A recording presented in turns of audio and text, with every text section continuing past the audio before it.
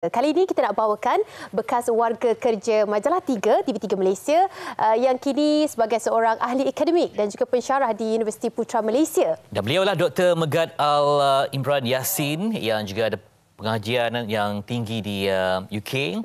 Sebab itu dalam bidang yang berbeza, ijazah dalam bidang komunikasi. Betul. Tetapi dalam Dr. masternya bidang dalam, IT. Ya, dan Kemudian juga, kembali kepada bidang media. Tadi mendapat pegawai perintahan di dalam negara-negara. Dan apa sebenarnya yang ingin dicapai dalam kehidupan bila dah rasanya macam dah capai semua ni. Profilnya saya baca berkali-kali kerana begitu impresif sekali. Betul. Dr. Megat di talian. Assalamualaikum. Waalaikumsalam warahmatullahi wabarakatuh. Apa khabar? Terima kasih Mesha jemput saya.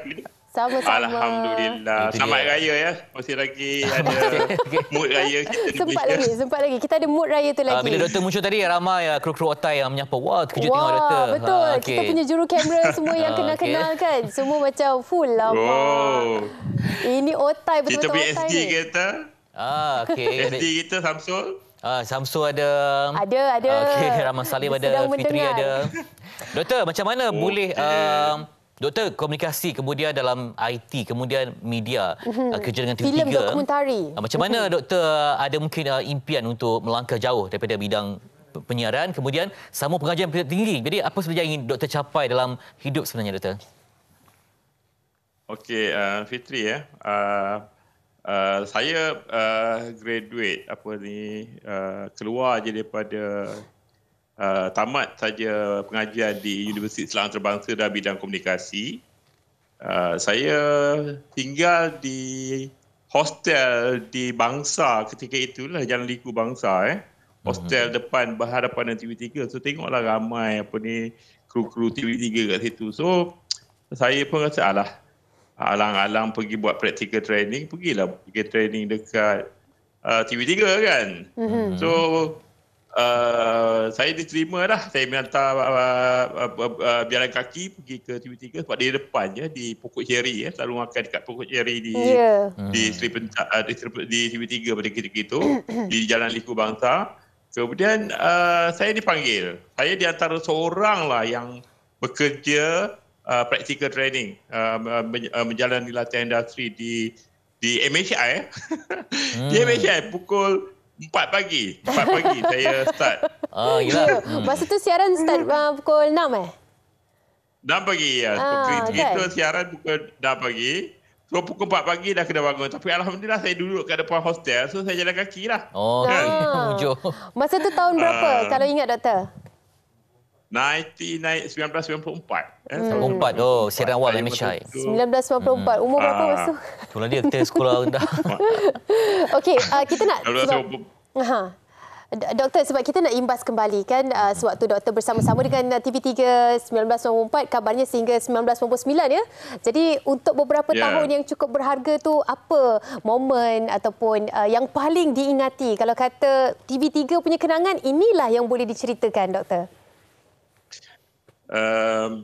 Yang pertama sekali sebab MHI membentuk saya lah.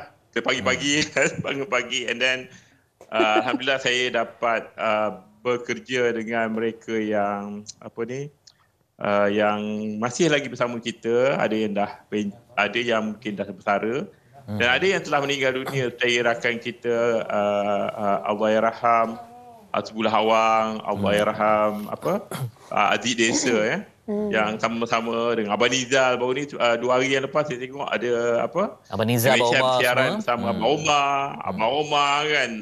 Kemudian beberapa orang lagi lah yang menjadikan MHI meriah lah 2-3 hari lepas. So saya pun ikutilah. Walaupun saya sekarang berada di Preston di UK ni, saya cubalah cari video MHI live, tengok apa benda ni.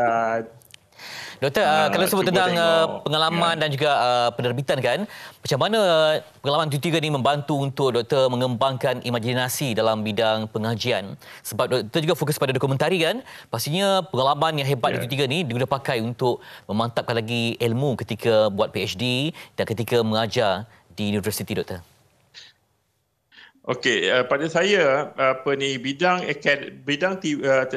journalism ataupun media ni, saya rasa dia sangat mencerna kita punya minda lah, berfikir, kemudian editorial, menulis, kemudian kita contest our ideas, right, untuk kita menulis cerita-cerita yang berbentuk bukan sahaja human interest. Kalau majalah 3 tu kadang-kadang kita buat cerita yang berbentuk human interest, tapi macam saya lebih suka kepada story-story ataupun kisah-kisah yang berkenaan dengan alam sekitar, berkenaan dengan kadang-kadang menyentuh tentang sosioekonomi penduduk, yang agak hardcore current affairs program, ya. Sebab asal pun majalah 3 ni pun dia current affairs ataupun hal ehwal semasa, asal daripada news TV3, daripada Jabatan Berita TV3. Kemudian saya rasa bidang ni tak lari jauh lah. Bila saya lanjutkan pelajaran saya di peringkat PhD pula, saya pun membuat kajian tentang dokumentari di Malaysia juga. Rakan-rakan yang saya interview sebagai informan pada kajian saya adalah rakan-rakan saya di Jabatan Majalah TV3 kan. So dia benda tu tak lari. Sebenarnya ia dapat membentuk banyak daripada career saya lah.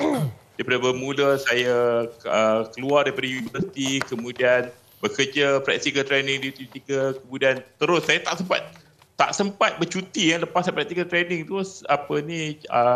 Almarhum Cik Buhari Cik Muda kata, you terus join lah, kita senang. Masa tu tahun 1994, ketika itu 93-94, TV3 perlukan ramai kaki tangan. Sekarang pun TV3 masih memerlukan ramai kaki tangan. Especially golongan muda lah. Sebab golongan muda macam kita lah. Maknanya saya nampak golongan muda ni dari segi tenaga, they can do much better lah. Macam sekarang ni saya rasa dari segi kita punya endurance, kita pun tidaklah seperti mana masa kita muda remaja pada usia kita 20-an, 30-an dulu kan. Saya rasa macam Fitri Aziz masih lagi nampak bertenaga. Nampak bertenaga. Ya, dia memang ada tips dia. Dia memang tak makan benda lain daripada sayur. Fitri Aziz tu senior TV3. Fitri Yahya. Nama orang selalu kalau orang lama mesti panggil Fitri saya. Yahya. Sorry Fitri Aziz. Sini otak nama yang macam ni. Ya, sorry. Okey, doktor. Fitri Yahya. Doktor nak tanya ni, sebab kami dapat tahu doktor pernah kena COVID dan pernah ditidurkan ketika berada di UK. Ya, sekarang saya masih lagi di UK lah, di Preston UK. 3 hari Fitri. Saya sampai di UK pada 23 hari bulan baru ni, 23 Februari saya sampai di Preston. Sampai, kemudian cuaca sejuk jugalah, cuaca sejuk. So saya tak perasan sangatlah saya ni. Saya ada flu sikit lah, tapi tak ada demam, tak ada apa, tak ada simptom demam, tak ada terbatuk, tak ada. Simptom cuma teruk-teruk bila tak ada lah. malam, saya tak ada simptom yang teruk. Cuma malam tu dia agak macam flu, running nose kan. Saya rasa benda tu biasalah, common lah di UK ni bila cuaca sejuk, bawah 10 semua kan. Tapi malam tu saya dengar bunyi, saya punya nafas saya agak dia punya wheezing kita bernafas tu dia berbunyi sik. Saya pun pelik juga kenapa pula saya punya nafas berbunyi kan. Kebetulan saya memang standby saya punya oximeter untuk check saya punya oxygen level dalam badan. Saya sentiasa ada, sebab dekat rumah pun di masa di Malaysia pada ketika itu pun anak saya 2 orang pun dah kena COVID. Tapi cuma dia quarantine di rumah sajalah. Tapi saya ni tak kena lagi lah. Kemudian mungkin bila 2-3 hari tu bila sampai di sini, saya cek di masa malam hari tu lebih kurang pukul 12 malam, saya cek saya punya oximeter, saya punya oxygen level below 80 masa tu, bawah 80. Saya ingat rosak saya punya oximeter kan. Pada mula ingat saya ingat rosak, kenapa oximeter ni tunjuk 80? Sebab saya tak ada rasa simptom demam ke berat untuk bernafas ke, tak ada. Tu saya test the oximeter dengan dengan anak-anak saya, dengan wife saya lah. Tengok dia okey ni, about 90 something. Saya pun pelik. Saya cakap ini tak boleh tunggu lah, sebab dia ada bunyi nafas nafas ke wheezing. So saya minta rumah saya hantar lebih kurang 1 pagi, hantar ke Royal Preston Hospital, masuk di ward emergency. Lebih kurang dalam 2 jam dia bagi gas, saya terus lepas tu tak sedar. Kemudian the next terus tak sedar. Saya terus tak sedar. Keesokan harinya pada 29 hari bulan tu, 28 hari bulan yang seharinya, saya lepas 1 hari dia tengok dah masuk di dalam ke dalam ICU. Tak berapa stable, dia nampak saya punya oksigen level, saya tak paru-paru tak mampu nak support saya punya pernafasan. So dia tidurkan saya lah. Saya tidur saya. Baik. Pengalaman ditidurkan saya. Pengalaman ditidurkan. Doktor, alhamdulillah sekalinya dah kembali pulih baik kan. Kita harapkan yang terbaik juga untuk doktor dan keluarga di sana. So, alhamdulillah lah, selepas 6 hari saya pulih keluar daripada ICU. Tapi bila keluar dari ICU tu dia memberikan banyak pengalaman pada saya lah, khususnya dalam berhadapan dengan berpengalaman dari segi macam mana sebenarnya kita apabila kita keluar daripada ICU ni, apa yang kita kena tahulah. Sebab kadang-kadang sebab orang yang keluar ICU ni apabila dia punya pengalaman saya lah, bila kita tak tahu apa-apa yang berlaku sekeliling. Even saya tak tahu saya berada di UK pada ketika itu. Maknanya kita memory loss ketika. Saya tengok, saya sekarang ni di mana sekarang? Saya rasa tengok kat luar macam... Apa-apa kita doakan yang terbaik untuk doktor dalam bidang kehidupan, kesihatan dan kerjaya. Semoga terus menjadi ilmuwan untuk negara dalam bidang yang doktor ceburi dan kami doakan yang terbaik untuk anda, insyaAllah. Terima kasih banyak-banyak Dr. Megat bersama-sama dengan kita. Minta maaf, ini sahaja masa yang kita ada untuk bertanya khabar. Doktor, kalau tidak nak sembang panjang. Ya, betul.